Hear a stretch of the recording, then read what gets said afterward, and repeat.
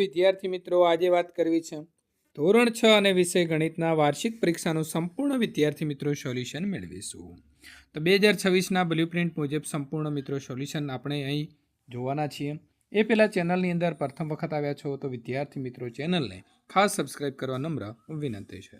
વિદ્યાર્થી મિત્રો આદર્શ ઉત્તરવહી એટલે કે મોડેલ પેપરના પ્રશ્ન નંબર 1ની વાત કરીશું. તો નીચેના દાખલા છે તે ગણવાના છે. તો 4/5નો સમઅપૂર્ણાંક શોધો જેનો છેદ 20 હોય. તો અહીં છેદ 20 લાવવા માટે આપણે 5ને 4 વડે ગુણવા પડે છે. તો અહીં 4 × 4 અને 5 × 4 તો ચોખ્ખું મિત્રો 16 અને છેદમાં આવશે 20. 3/7નો સમપૂર્ણાંક શોધો જેનો અંશ 15 હોય. તો અહીં અંશ આપણે જો 15 લાવવો હોય તો 3ને 5 તારી 15 એટલે કે 5 વડે ગુણવા પડે. એટલે 3 × 5 અને 7 × 5 તો આપણો અંશ જે છે 15 અને છેદમાં આવશે 35. 24/36નો સમપૂર્ણાંક શોધો જેનો અંશ મિત્રો 8 હોય. તો અહીં અંશ 8 લાવવા માટે 24ને 3 વડે ભાગવા પડે. તો 24ને મિત્રો 3 વડે ભાગીએ એટલે 8 થઈ જાય અને 36ને 3 વડે ભાગીએ એટલે 12 થઈ જાય. તો જવાબ આવશે 8/12. 18/27નો સમપૂર્ણાંક શોધો જેનો છેદ જે છે તે વિદ્યાર્થી મિત્રો 9 હોય. તો અહીં છેદ 9 લાવવા માટે 27ને 3 વડે ભાગવા પડે. તેથી 18/27 બરાબર મિત્રો 18/3 એટલે 6 આવશે. 6 × 3 = 18 અને 27/3 એટલે 9 × 3 = 27 એટલે જવાબ આવશે 6/9. મિત્રો અહીં આપણે લેસર ધેન અને ગેટર ધેનનો ઉપયોગ કરવાના છીએ. તો અહીં 7/ની અંદર મિત્રો 8 આપ્યા છે, ખાલી જગ્યા 3/8. તો સમછેદી અપૂર્ણાંકની અંદર જેનો અંશ મોટો હોય તે અપૂર્ણાંક પણ મોટો હોય. તો વિદ્યાર્થી મિત્રો અહીં આવશે આપણે ગેટર ધેન 3/7 અને 7/7. તો અહીં પણ 7 જે છે મિત્રો અંશ મોટો છે તો અહીં આવશે લેસ ધેન 5/25 અને 1/5. તો અહીં મિત્રો બંને સંખ્યાઓ જે છે તે બરાબર છે એટલે કે બરાબરનું નિશાન કરીશું. 1/3 ખાલી જગ્યા 1/5. તો મિત્રો અહીં આવશે ગેટર ધેન સમાન અંશવાળા અપૂર્ણાંકમાં જેનો છેદ નાનો તે અપૂર્ણાંક મોટો હોય છે. દાખલો ગણવાનો છે. ધીરજે 100 મીટર કાપડમાંથી 50 મીટર કાપડનો ઉપયોગ કર્યો. વિષ્ણુએ 100 મીટર કાપડમાંથી 3/5 ભાગ કાપડનો ઉપયોગ કર્યો. તો કોણે વધારે કાપડનો ઉપયોગ કર્યો? તો ધીરજનો ઉપયોગની વાત કરીએ તો મિત્રો જે છે 50 મીટરનો ઉપયોગ કર્યો છે. વિષ્ણુની વાત કરીએ તો 100 × 3/5 એટલે કે 20 × 3 એટલે 60 મીટર. સરખામણી કરીએ તો 60 મીટર એ 50 મીટર કરતાં મોટા છે. તેથી વિષ્ણુએ વધારે 10 મીટર કાપડનો ઉપયોગ કર્યો છે. 60 પાનાના એક પુસ્તકમાંથી અક્ષયે 3/6 ભાગના પુસ્તકો વાંચ્યા છે. અક્ષરાએ એ જ પુસ્તકના 3/4 ભાગના પુસ્તકો વાંચ્યા છે. તો કોણે ઓછું વાંચ્યું? તો અક્ષયે વાંચેલા પાના તો 60 × 3/6 બરાબર મિત્રો અહીં આવશે 10 × 3 બરાબર મિત્રો 30 પાના અક્ષયે વાંચ્યા છે. અક્ષરાએ તો 60 × 3/4 તો મિત્રો અહીં આવશે 15 × 3 એટલે કે 45. તેથી અક્ષયે 30 એટલે કે 15 પાના અક્ષરા કરતાં ઓછા વાંચ્યા છે. ગણિતના 100 ગુણમાંથી મહેન્દ્ર 3/5 ભાગના ગુણ મેળવે છે, જ્યારે દીપક 3/4 ભાગના ગુણ મેળવે છે. તો કોણે ઓછા ગુણ મેળવ્યા? તો મહેન્દ્રના ગુણ તો 100 × 3/5 તો મિત્રો 20 × 60 ગુણ થશે. દીપકના ગુણ તો 100 × 3/4 તો વિદ્યાર્થી મિત્રો 25 × 3 થશે એટલે કે 75 ગુણ. તેથી મહેન્દ્રએ ઓછા ગુણ મેળવ્યા. નીચેનામાંથી કઈ સંખ્યા મોટી છે?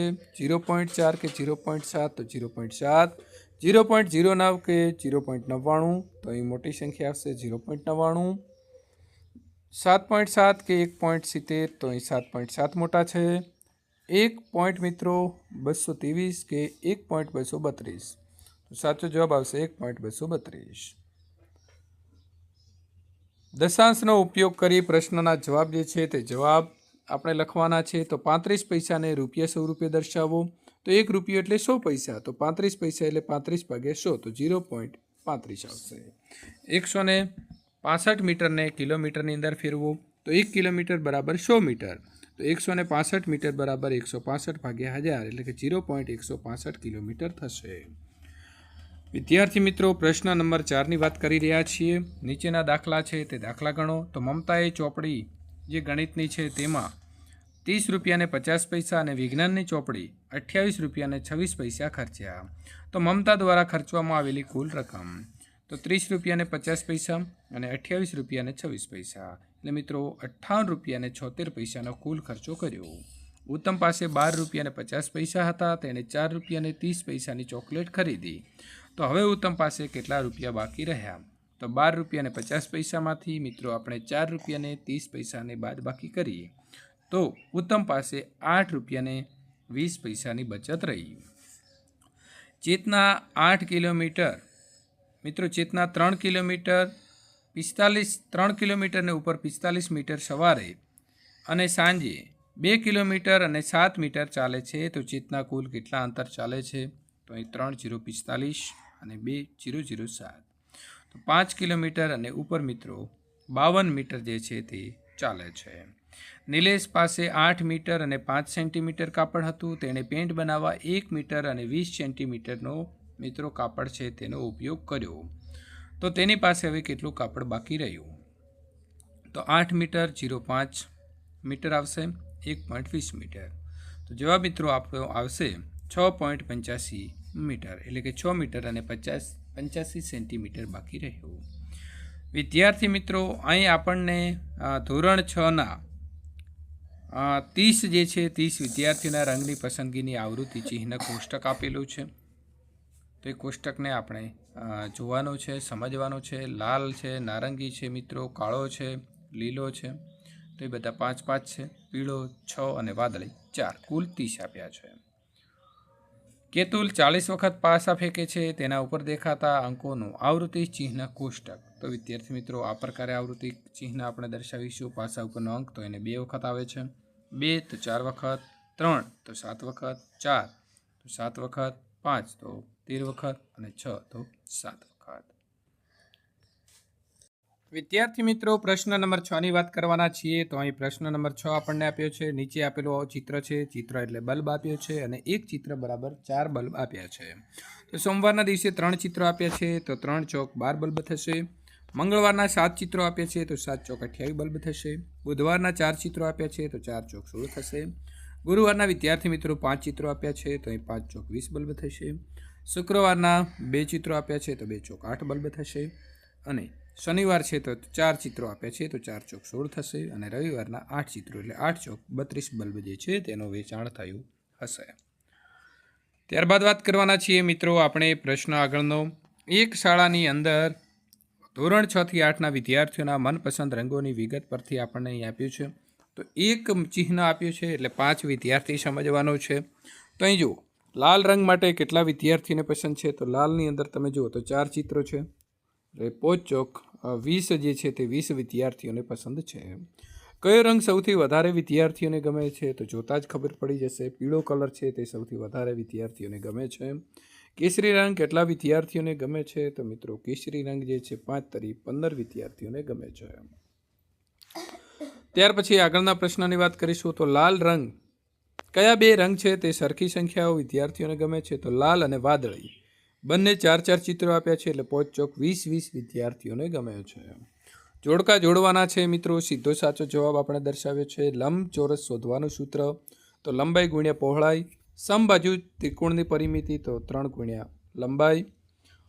ચોરસનું ક્ષેત્રફળ તો લંબાઈ ગુણ્યા લંબાઈ. સમબાજુ ચતુષ્કોણની પરિમિતિ તો આવશે 4 ગુણ્યા લંબાઈ. સમબાજુ ચતુષ્કોણની પરિમિતિ તો વિદ્યાર્થી મિત્રો અહીં આપણને આ ડબલ થઈ ગયું છે એટલે કે આપણે એક જ લખીશું. નિયમિત અષ્ટકોણ છે તેની પરિમિતિ તો આવશે 8 ગુણ્યા લંબાઈ. તો અહીં આપણે આ જે છે આ પ્રકારે મિત્રો લખવાનું રહેશે. પ્રશ્ન નંબર 7 બી આપેલી આકૃતિની પરિમિતિ શોધવાની છે. તો અહીં આપેલી પરિમિતિ કેટલી થાય? તો બધી બાજુનો આપણે માપનો સરવાળો કરવો પડશે. તો વિદ્યાર્થી મિત્રો આપેલી પરિમિતિ છે તે 15 થાય છે. તો કેવી રીતે થાય? તો આપણે અહીં મિત્રો જોઈશું કે 6, 6 અને 4 10, 10 ને 3 13 ને 2 15. તો આપણે 15 સેન્ટીમીટર છે તે વિદ્યાર્થી મિત્રો તેની પરિમિતિ થશે. જેની લંબાઈ અને પહોળાઈ અનુક્રમે 50 સેન્ટીમીટર અને 25 સેન્ટીમીટર હોય તેવા લંબચોરસની પરિમિતિ શોધો. તો લંબચોરસની પરિમિતિ શોધવાનું સૂત્ર શું છે? તો અહીં 2 ગુણ્યા લંબાઈ પ્લસ પહોળાઈ. તો અહીં જો 2 ગુણ્યા લંબાઈ કેટલી છે? તો 50 છે અને પહોળાઈ તો 25 છે. તો અહીં કેટલા થશે? 50 ને 25 75 ગુણ્યા 2. તો 75 ગુણ્યા 2 એટલે 150 સેન્ટીમીટર જવાબ આવશે. તો લંબચોરસની પરિમિતિ 150 સેન્ટીમીટર થશે. 18 મીટર લંબાઈની બાજુવાળા ચોરસ પ્લોટનું ક્ષેત્રફળ કેટલું થાય? તો મિત્રો ચોરસનું ક્ષેત્રફળ શોધવાનું સૂત્ર આપણને આવડવું જોઈએ. તો લંબાઈ ગુણ્યા લંબાઈ, તો 18 ગુણ્યા 18 તો 324. આપણને જો મિત્રો સીધો જ વર્ગ અને વર્ગમૂળ આવડતું હોય તો જવાબ લખી દઈશું 324 ચોરસ મીટર. 60 મીટર લંબાઈ ધરાવતા લંબચોરસ બાગનું ક્ષેત્રફળ 360 ચોરસ મીટર છે. તો બાગની પહોળાઈ શોધો. તો લંબચોરસના બાગનું ક્ષેત્રફળ 360 ચોરસ મીટર છે. તો બાગની લંબાઈ થશે 60 મીટર. તો લંબચોરસ છે તેનો વિદ્યાર્થી મિત્રો લંબાઈ ગુણ્યા પહોળાઈ. તો અહીં આપણને લંબાઈ 60 મીટર છે તે મળી ગઈ છે. તો 360 બરાબર 60 ગુણ્યા પહોળાઈ. તો પહોળાઈ મિત્રો 360 ભાગ્યા 60 એટલે કે 6 મીટર થશે. તો લંબચોરસ જે છે તેના બાગની પહોળાઈ 6 મીટર થશે. એક ચોરસ બાગની એક બાજુનું માપ 50 મીટર છે. તેની ફરતે વાડ કરવાનો ખર્ચ 30 રૂપિયા મીટર હોય, 1 મીટરના 30 રૂપિયા હોય તો કેટલો ખર્ચો થાય? તો વાડ બાગની ફરતે કરવાની હોવાથી પહેલાં પરિમિતિ શોધવી પડે. તો ચોરસની પરિમિતિ કેવી રીતે શોધાય? તો મિત્રો 4 ગુણ્યા લંબાઈ. તો 4 ગુણ્યા લંબાઈ કેટલી આપી છે? તો 50 એટલે કે 200 મીટર થશે. હવે 1 મીટર વાડ કરવાનો ખર્ચ 30 રૂપિયા, તો 200 મીટર વાડ કરવાનો ખર્ચ 200 ગુણ્યા 30 એટલે કે 6000 રૂપિયા થશે. ધારો કે રુદ્રની ઉંમર x વર્ષ છે અને તેમાં સગા સંબંધીઓની ઉંમર આપેલી માહિતીના આધારે કોષ્ટકમાં દર્શાવો. તો તેનો ભાઈ તેનાથી 2 વર્ષ નાનો છે તો x ઓછા 2 આવશે. તેના પિતા તેનાથી 30 વર્ષ મોટા છે તો x પ્લસ 30 આવશે. તેની માતાની ઉંમર તેના પિતાની ઉંમર કરતાં 3 વર્ષ ઓછી છે. તો વિદ્યાર્થી મિત્રો x પ્લસ 30, કારણ કે તેના પિતાની ઉંમર કેટલી છે? તો 30, તો ઓછા 30 તો બરાબર જવાબ આવશે x પ્લસ 27. એની માતાની ઉંમર 27 છે, એના કરતાં મોટી છે તો x પ્લસ આવશે. તેના દાદાની ઉંમર તેનાથી 8 ગણી છે તો આવશે 8 ગુણ્યા x, અથવા સીધો આપણે મિત્રો 8x લખી શકીએ છીએ. તેની બહેન છે, તેની બહેનની ઉંમર તેનાથી 2 વર્ષ મોટી છે તો x પ્લસ 2. એક કંપનીમાં કામ કરતા 300 માણસો પૈકી 140 પુરુષો અને બાકીની સ્ત્રીઓ છે. તો નીચેનો ગુણોત્તર શોધો. તો કુલ માણસો કેટલા છે? તો 300, પુરુષો 140. તેથી સ્ત્રીઓની સંખ્યા મિત્રો 300 ઓછા 140 તો 160 થશે. પુરુષોની સંખ્યા અને સ્ત્રીઓની સંખ્યાની વાત કરીએ તો 140ના છેદમાં 160 આવશે. મિત્રો 14/16, તો 2 વડે ભાગીએ તો 7/8 એટલે કે 7/8 આવશે. પુરુષોની સંખ્યાની મિત્રો અહીં આપણે કુલ માણસો સાથેની સંખ્યાનો ગુણોત્તર કરીએ તો 140 ભાગ્યા છેદમાં 300 તો 14/30 તો 7/15 એટલે કે 7/15. સ્ત્રીઓની સંખ્યા અને કુલ માણસોની સંખ્યા તો 160 છેદમાં આવશે 300 બરાબર 16/30 બરાબર 8/15 તો 8/15. કુલ માણસોની સંખ્યા અને સ્ત્રીઓની સંખ્યાની ગુણોત્તર શોધીએ તો 300 ભાગ્યા મિત્રો 160 બરાબર 30/16 બરાબર 15/8. આશા અને રિંકુ વચ્ચે ₹80 ને 2/3ના ગુણોત્તરમાં વહેંચો.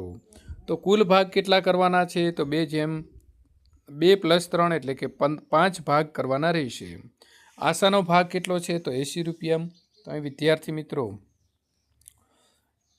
80 ગુણ્યા 2/5 બરાબર 16 ગુણ્યા 5 એટલે 80 થઈ જાય, એટલે કે 16 ગુણ્યા 2 તો 32 થશે. રિંકુના ભાગની વાત કરીએ તો મિત્રો આવશે 80 ગુણ્યા 3/5, તો અહીં પણ 16×5 = 80 એટલે 16 ગુણ્યા 3 આવશે તો 48 થશે.